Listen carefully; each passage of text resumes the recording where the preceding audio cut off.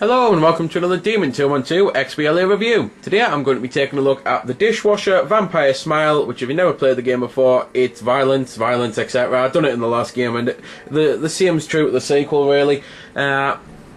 So I suppose really I might as well start with that. For those who don't know, the first game's The Dead Samurai, this is the second game, because obviously if you were looking at them now it'd be hard to really figure out which is which.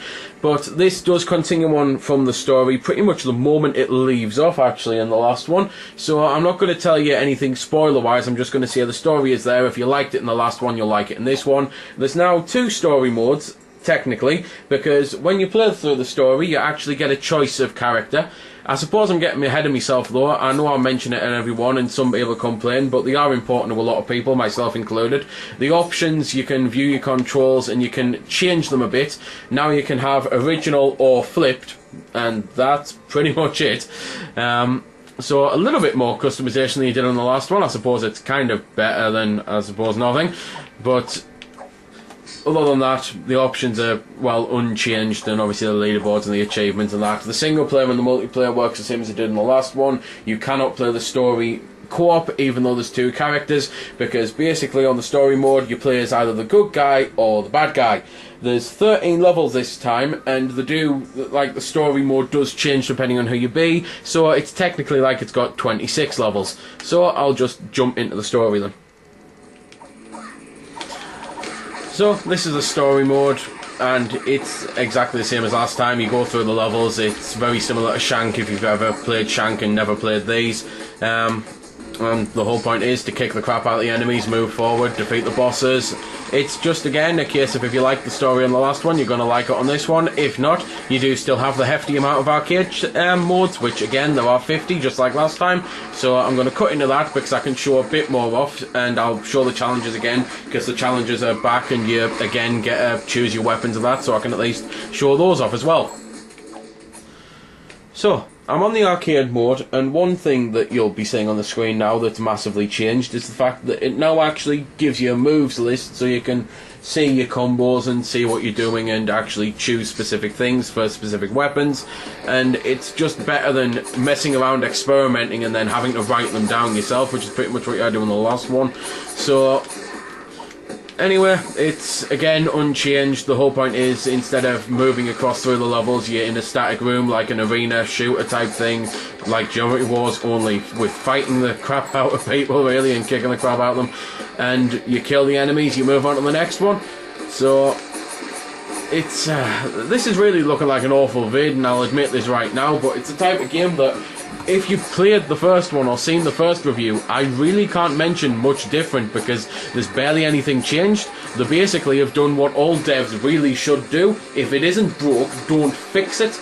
Do the little updates, but don't drastically change it. Kind of like what the developers who made Greedcore have done. The first game was a strategy game, the second one's a Assault Hero style game. It just makes no sense, because those who want to now continue on the story of that game, if they don't like Assault Hero style shooters and Robotron and that, they're really going to be a little bit annoyed, because they're now forced to play that to get the rest of the story that finished off with Greedcore.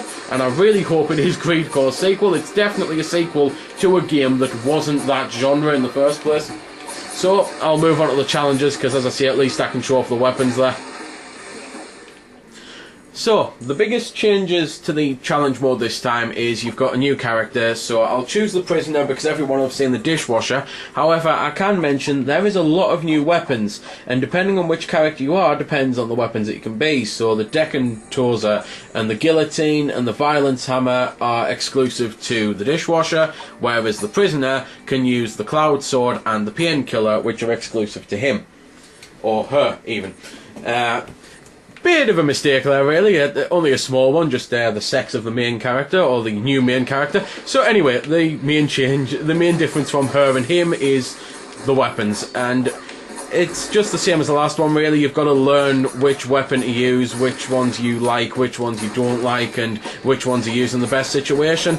I might as well, now that I've shown them off and just had my head blown off, cut into the dishwasher to show off his new weapons while I shut up for the music, because I've said everything I really can say. Graphically it's just as good as the last one, musically it sounds just as good if not better. So I'll try and show off the 3 new weapons.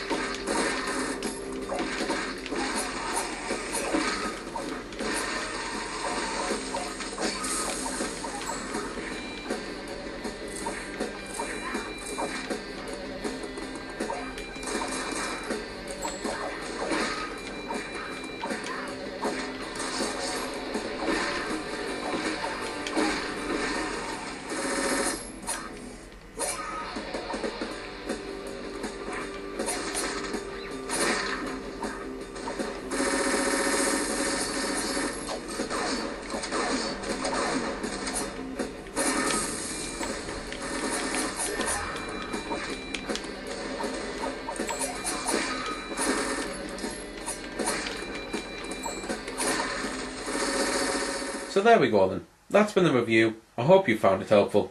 I don't score the games because that's based purely on opinion, so instead I'll leave you to make your own mind up. So thanks for watching, and if you've got any questions about the game that I didn't answer in the vid or that hasn't been answered in the comments, then feel free to ask and I'll help if I can. Also, if you did find it helpful, don't forget to check out my channel because there's plenty more like this up there, and don't forget to subscribe because there'll be plenty more to come as well. So until next time, this has been Demon212, signing off.